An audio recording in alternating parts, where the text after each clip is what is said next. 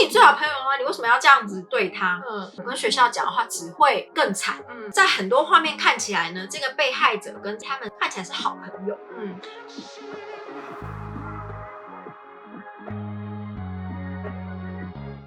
欢迎来到嗨对，我是台湾妞，我是喜娜。今天又到了我们生活议题单元。最近因为韩剧 Netflix 由宋慧乔所主演的《黑暗荣耀》这部韩剧，校园暴力的事情好像大家都热烈讨论。对，最多人就是问我说，韩国校园暴力为什么这么严重啊，什么之类的。今天呢，就是准备了3则有关于韩国的校园暴力的故事。好黑暗，可以不要听吗？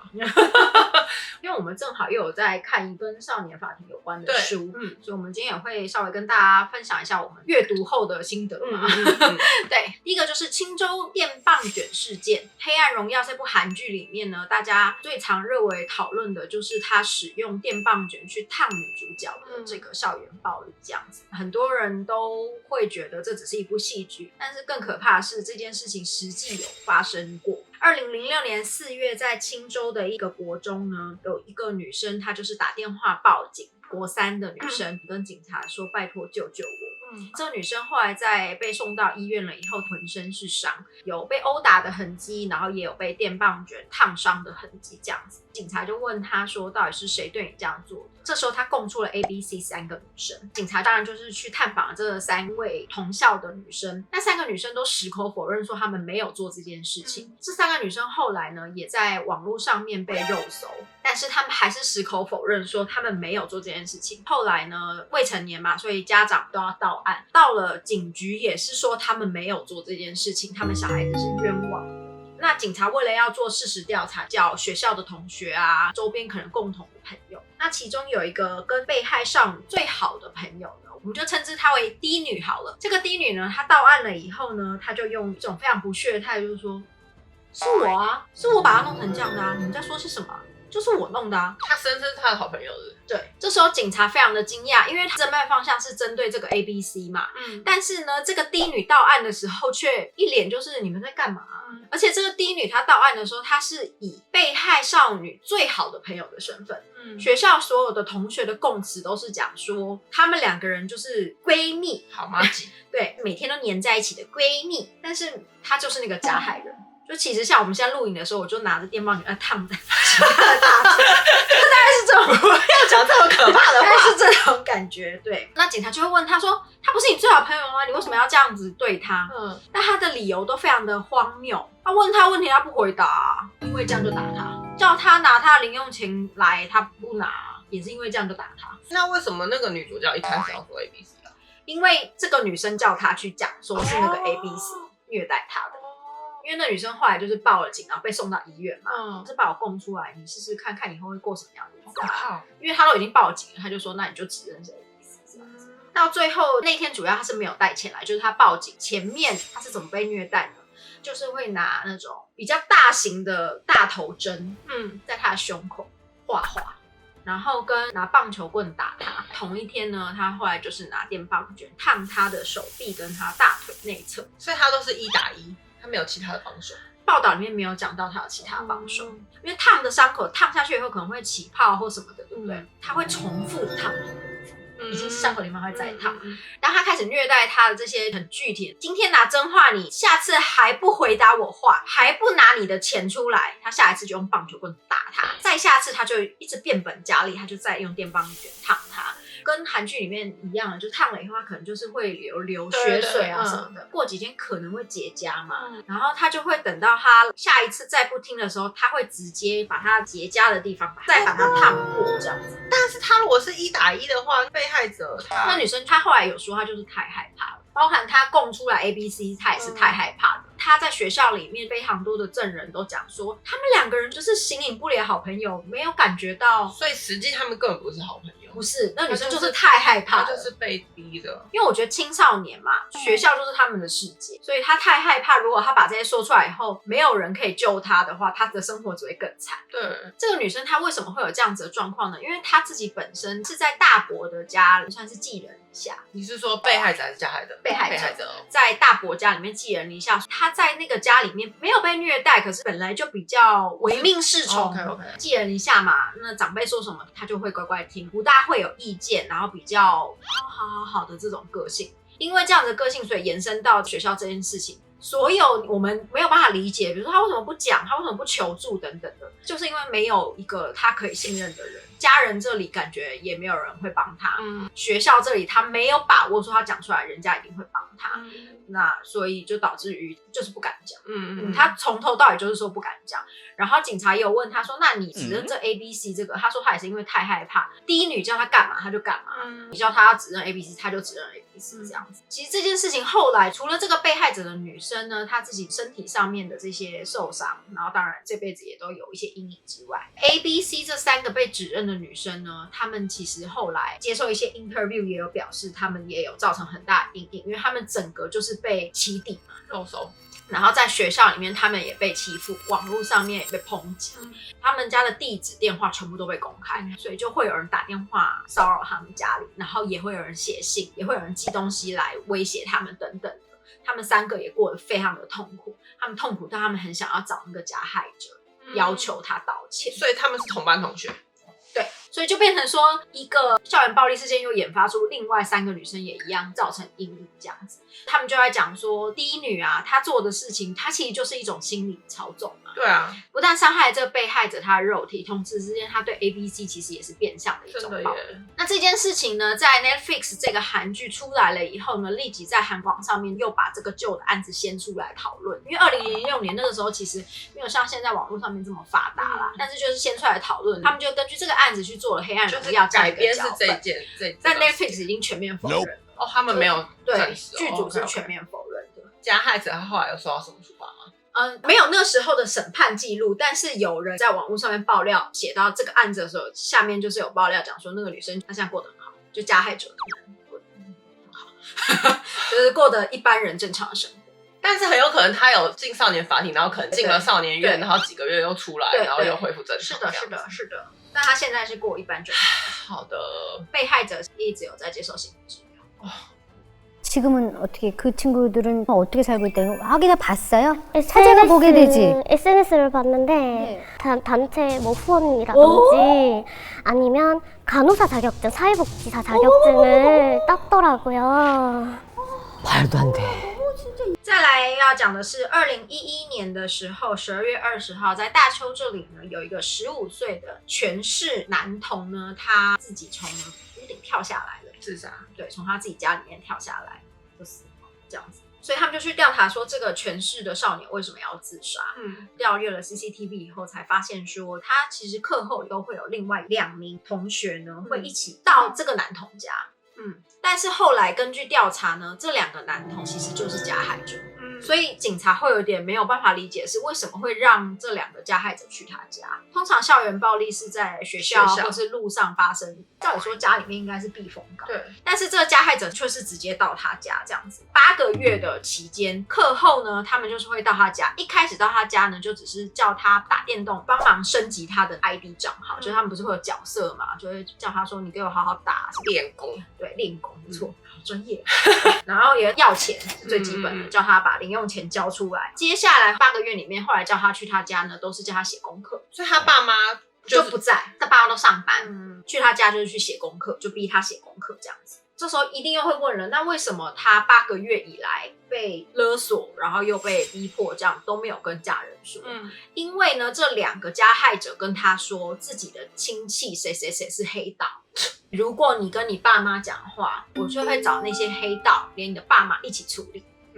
所以小孩子就会觉得很害怕，对，就会觉得我不可以连累爸爸妈妈这样子，这是一个原因。另外一个原因呢，同一间学校在6个月以前曾经有发生暴力事件，也是校园暴力，然后是一个女生就有跟学校的老师讲，但是那个老师的处理方式呢，他就是在课堂上面。感觉是很多老师都会做的事情。我们接到有校园暴力同学来跟我们告状，你们怎么可以校园暴力呢？学校是不会让你们就有发生这种事情的，怎样怎样。这件事情他这样的做法就只会引起学生们轩然大波，激出觉得谁被暴力谁去告状啊这样子。被虐待的那女生因为被告状，她就被整得更惨。一定的。除了本来加害她的人之外，她还会被其他同学笑。说哈，你去找老师哦，大家玩一玩，你很夸张就是不知道他发生什么事情的人，可能会讲一些言语，他。对，这个女生她觉得她自己讲出来以后，不但没有得到帮助，还要被全年级的人笑，然后老师也没有帮助她这样子，所以那女生最后是在学校跳舞。所以这个权势的少年，所以那个学校连续发生2个自杀，对。这是6个月以前，那我们刚刚讲权势，他不是被暴力了8个月嘛？所以他等于是在被暴力的过程里面看到这个女生的方式，他就告诉自己说：那我不能跟学校老师说，我跟学校讲的话只会更惨。第一个老师不会常常在身边，其他同学还会跟着一起讪笑，所以呢，他就也选择没有跟学校讲，也没有跟爸妈讲，最后就投身自杀了。而且他最后有一个遗书给爸妈，还跟爸爸妈妈讲说，那2个不良少年知道家里电子锁的密码，你们一定要记得改密码，然后还一直跟爸爸妈妈说对不起。天哪，好可怜哦，是不是很可怜哦？加害2名少年呢，因为罪行重大，所以他们最后并不是少年法庭，他们是用刑事法去受审。真的哦，因为他害了人家自杀了，而且他们2个态度很差，抓到以后完全就是嘻嘻哈哈，哎呦，他自己太夸张了，好不好？完全没有悔改，完全没有悔改，所以他们最后是用一般法庭的刑事案件受审这样子。这是发生在什么时候？2011年，那还蛮近的。对，一个被审判了3年6个月，短期2年6个月，然后一个长期2年6个月，短期2年。我也是这个案子才知道，因为他是初犯，年纪又比较轻，所以他们在审判的时候说长期3年6个月，短期2年6个月，意思是他被判3年6个月，但是呢，只要过了2年6个月之后，他可能可以提早出来，如果态度良好，然后有悔改，他就可以出狱了，就不用关到算是给他一个机会就对了。对对对。像是假释，因为像假释的话，是你另外还要申请嘛，他这个他就不用申请，他只要在短期的服刑期间态度优良，就可以直接出来这样。另外要讲的是仁川呢，有一个也算是校园暴力嘛，我觉得它跟校园暴力有点不一样，但是也算是青少年彼此之间吵架，然后15楼的地方就有一个少年坠楼这样子。那现场总共有5个人，加被害者总共5个人，那另外4个人。中学生，这4个人后来被逮捕了以后呢，他们都说有发生一些争执，但是那个人是自己跳下去的。他们说他们4个人还阻止了他，但是他还是跳下去了，这样子。我们来转换心情一下，又到了我们的干爹时间，哒哒，干爹又是我们的 Surfshark， 耶！Surfshark 这个 VPN 服务大家比较知道，就是加密网络数据跟变更 IP 位置嘛。那我们上次有提到说，在国际网站要购买机票的话，跳 IP 位置它就可以有不同的优惠折扣。其他像是你们现在正在使用的 YouTube， 它其实有会员 Premium 这个制度，它其实每一个国家的金额都不太一样哦。所以你在跳这个 IP 的时候呢，就是也会有金额上面的不同哦。欧莫呢，这是什么秘辛？我的比较单纯一点啦，因为像我自己的话，是可能有一些游戏 Google Play Store 里面有一些游戏，其实它分的国家是有国家限定的。对，有的 APP 其实它在每个国家也都会有一点限定。因为像我自己在韩国的话，最常就是有的 App 就是台湾朋友下载到，我们下载到。没错。又或者你的 LINE 的贴图，贴图超容易的耶。贴图你也是会要花钱买啊，你不在那个国家你就买不到，我都买不到台湾的贴图。对，因为有时候看到朋友很可爱的，就点下去，他就说限定区域购买，LINE 贴图超多，对，就可以跨一下去买一下这样子。那 Surfshark 呢，最大的重点优点是什么呢？就是它有30天的无条件退款制度，以及另外你只要再输入我们的优惠码 Higher Day， 你就可以用1.7折购买之外，如果你一次购买2年，还会再免费赠送你3个月哦。好，那我们继续回到我们的怪谈吧。警察后来查了以后呢，觉得他是在那1个小时之内受到了4个人的暴行，逃跑的过程，他感觉是想要跳下去，下面可能有一个安全的那种凸出来的一个地方，但是没有跳好而摔死的这样子。是在学校吗？apart，但是都不是他们住的 apart。那一栋 apart 的住民有表示，看到他们上楼，然后跟发生坠楼，因为坠楼就是会有很大的声响嘛，到听到他们4个青少年下来，请他们报警。他说大概有10分钟的落差。著名的这个证词呢，让警察觉得他们可能有串供之嫌，因为10分钟的落差这样子。后来警察就开始去调查这件事情，包含他们跟青少年的关系，跟为什么他们会去顶楼，跟顶楼到底是发生了什么事情。中间有一个同学呢，他有出来讲一个证词，说这件事情发生之前呢，他们其实有个群组，这4个青少年其中有一个人有一天呢，有在群组里面有讲说，我们等一下去网咖抓那个人。就是那个被害者。后来呢，的确有调到一个 CCTV 呢，他们当天呢去一个网咖，把这个被害者从网咖里面叫出来。一路上面呢，有很正常5个人在一起行走的状态，但是有的行走的状态呢是这样子的，是这样子的。但是因为被害者他的个子很小，然后那些加害者个子非常的高大，这样子的行走方式在警察眼里，他们觉得他是被拖行。沿着那个 CCTV， 然后再去找了一些证词，也有找到案发的前一个晚上的凌晨2点，他们从网咖把这个被害者架到一个公园了以后呢，他们就开始殴打这个被害者。被害者身上有穿一件白色的羽绒外套，殴打到那件羽绒外套整个就是染成是鲜血的颜色了以后，他们在公园的一个角落呢，把那个羽绒外套给烧掉。完全没有 CCTV， 它有点像是丢废弃物的地方，所以没有 CCTV 那一类的。但是有目击证人表示说，被害者跪在地上，加害者疯狂的一直打他巴掌，全部都是血了。被害者就有求饶，就放过我这一次这样子。加害者甚至于有对他说：“我看你这样求饶，我就心情很好，觉得看你这样我很开心。”最后这个被害者他是在逃跑的过程里面，染血的羽绒衣就被他们脱掉，后来就把它烧掉嘛。被害者就一直跑，他们也有去追他，但是最后这个被害者是跑到了附近24小时营业的桑拿澡堂，请澡堂的人让他躲一下，然后他是躲在那个澡堂那一栋建筑物里的地下室。找到了 CCTV， 然后也找到了不少的证人这样子。后来呢，才发现一件事情，烧掉的那件羽绒外套啊，其实是加害者的羽绒外套。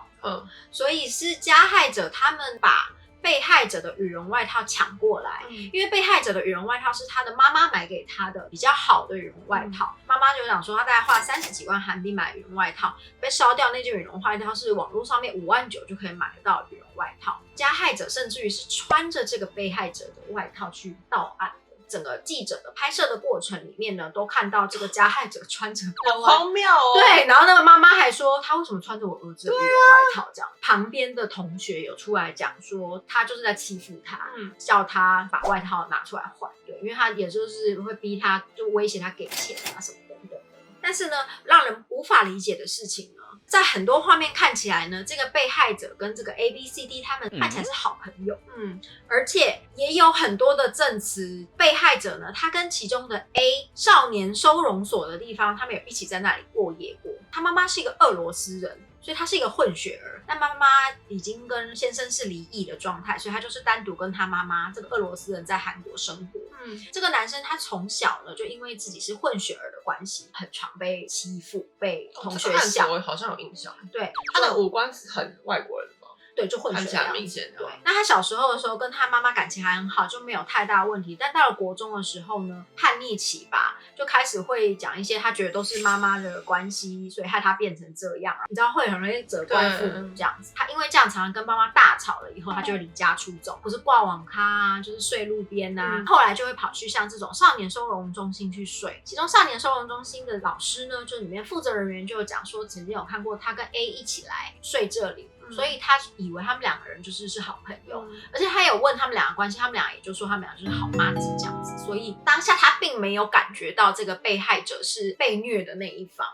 后来得知的状况呢，是这个少年呢，他后来因为跟妈妈感情不好，所以他常常会在外面过夜。那这些 A、B、C、D 也全部在家里面，大部分都是有家暴啊，家庭有问题，家庭状况都不是很好，所以他们变成有一种半夜会在外面流浪的好妈吉，有点像是被虐待的青少年 family 这样。如果你们有看《少年法庭》这一部韩剧，也有讲到这个故事，一群在外面流浪的青少年，他们会彼此之间互相照应的这种感觉。那所以呢，混血的青少年呢，他就是跟 A、B、C、D 他们呢有一点像是相爱相杀嘛，彼此很依赖对方，但是同时之间呢，被害者青少年在他们那个群体里面是比较弱势的一方，会被比较高大的这些流浪的青少年欺负这样子。的确那一天在屋顶上面呢，应该算是被欺负的状态，然后他要逃跑的时候失足落下。可是他不是要自杀啦，他就是逃跑的过程失足落下，这样子是最后的判断。我会把这3个故事都是很简单很简短的想要一起讲的原因，是因为我觉得这几个故事都有共同点，就是青少年他们通常在被欺负的时候，他们不会跟长辈不管是老师或是父母们人求救。对，不求救的原因都一样，就是他们都感到很害怕。对，而且他们都相信，不管是老师或是家长是没有办法帮助他们的。这个部分的话，就会变成说，在青少年的校园暴力里面最难以处理的部分，师长们没有办法时时刻刻都在青少年的旁边。那要怎么让青少年觉得他如果讲出来的话是被保护的呢？像第二个诠释，他其实跟家人的关系没有不好，他是在很健康的、很受父母疼爱的环境下长大了，但他也选择了不跟爸妈讲，担心爸妈因为他受到伤害。校园暴力真的有各种的原因导致于青少年不敢开这个口，所以我找的这资料呢，其实最后都有一个问题，就是到底要怎么让青少年去理解跟了解到他们应该要把这件事情说出来，这个好像是最困难的。我比较好奇的是，有没有青少年是说出来，然后师长是有帮到他们的案例了？其实我目前为止查到的资料里面呢，大部分的校园暴力并不会演变到这么严重，就已经会得到解决了。OK， 因为其实班上正常的同学还是占多数，大部分的同学还是会出面说不要搞成这样子的比例是比较高的。会演变到这么严重的被欺负的人，他通常真的是个性比较温和的，可能不会去跟朋友讲。像最后一个这个案例，他们就有问说，你已经知道他们要去网咖抓他了，然后你们也知道他跟家里关系不好，那你们为什么没有阻止这件事情？跟为什么被害者不去反抗 ABCD 呢？最后的结论都是青少年害怕，他如果在学校里面讲了这个事情的话，他觉得他会失去朋友。这是一个蛮大的原因。最后这个混血儿，他就是小的时候他就是已经被欺负了，所以他到了国中了以后呢，认识了这一派人，他会觉得这些人是他的朋友，所以他不想要失去这些人。我看到的几乎都是害怕会失去朋友，然后跟不想要把事情闹大等等的这样子。可是我觉得青少年是一个很尴尬的年纪，国高中生他们是一个刚开始可以自理自己的生活的年纪，开始建立自己的社交圈的年纪，所以可能会有很多错误的判断。因为像我们如果已经成年了，已经20-30岁了以后呢，不必要的朋友不如不交，对，垃圾的朋友不如不交，负面影响的朋友不如不交。可是在青少年时期的时候，会觉得朋友越多越好。对啊，就像你说的那个年纪，他们觉得学校是他们所有的世界。对，如果我今天在学校发生一个丑闻的话，整个世界是崩塌状态。可是其实我跟你讲，毕业了以后，我们国高中同学有联络超少的，而且我跟你讲，我们更不记得国高中发生什么事情，真的不记得，完全不记得。你的人生还有很长的路要走。之前我跟你讲过，说我以前在日本语学校的时候，我也被网打这样子。可是因为那时候我年纪已经够大了，那时候就是会觉得说，毕业以后就也看不到这些人了，对啊，所以我就没有当一回事，但还是造成我很多阴影。一定的，对，在那个国高中就是一个很不成熟的心态，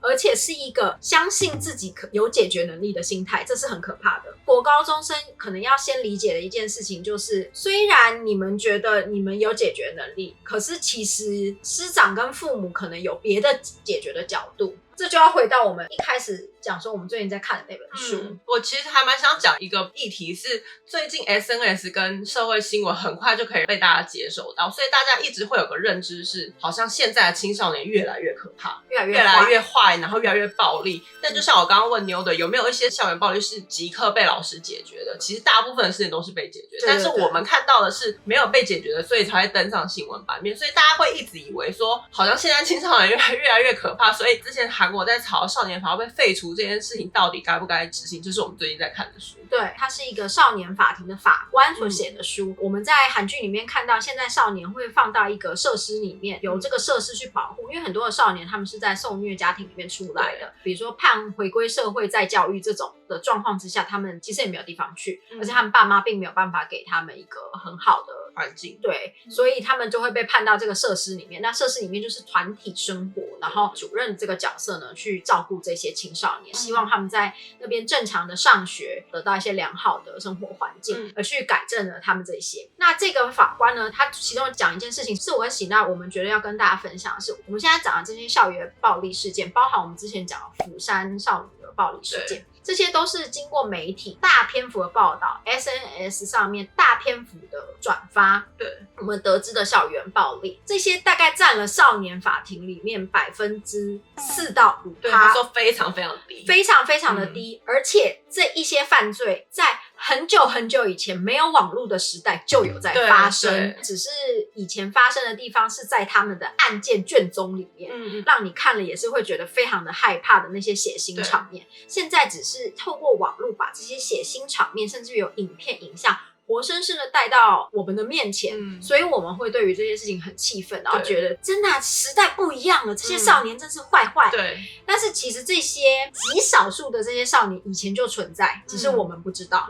但是呢，少年法95%去救助的这些少年，绝大部分都是生存型犯罪，因为他们在家里面没有办法得到很好的照料，比如说爸妈可能暴力倾向，比如说酗酒，甚至于他有在少年法庭遇到一些家长直接跟他讲说，你把他判去少年院好不好？我不想要他回家。这种不甘愿养小孩的父母也是有的。95%的判例里面呢，少年法去拯救的是这些小孩子，他们平常可能是顺手牵羊、抢劫等等的。这些他们都只是求生存，而不是我们平常所想到的那种很变态、很暴力啊、杀人啊。对，他说，所以每一次只要有像我们刚刚讲的这种很大型的校园暴力犯罪，然后在新闻媒体上面渲染了以后，大家就会说少年法是要被废除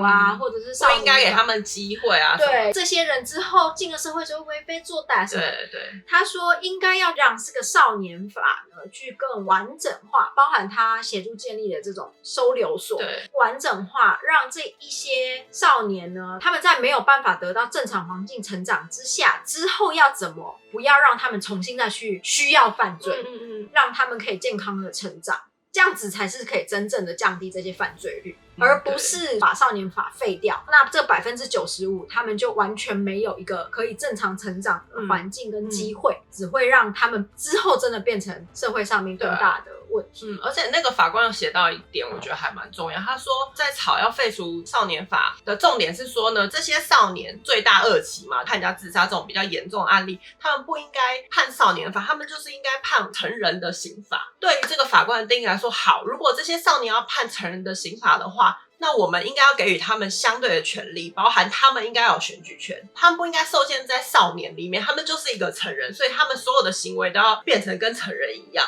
那个法官意思说，你不能要求说因为他犯了法所以要跟成人一样，权利也应该要跟成人一样，那这样就是等于全部的所有民法都要重改。所以那个法官意思说，你不能因为这一个少年法连带所有的民法都要全部的修改，他说这个是不对的，他的想法是这样，我觉得还蛮有道理的。我们目前看到的这些严重的少年法犯罪，它为什么会被新闻报道？就是因为它很罕见，它不是一般的状况之下会发现的案件，所以它才会被媒体大幅的报道。这些大幅报道出来的时候，我们是不是都成为那个3分钟热度关心这个法案、去关心青少年问题的那些市民，要求说啊，这些少年他们都该死吗？还是说我们可以真的在生活当中去观察身边会不会有一些青少年，他们其实是需要成人的关怀的。对，这个还蛮值得探讨的。以上呢就是我们这一次所为大家准备的校园暴力合集。如果你喜欢我们的分享的话，记得订阅我们的频道，还有开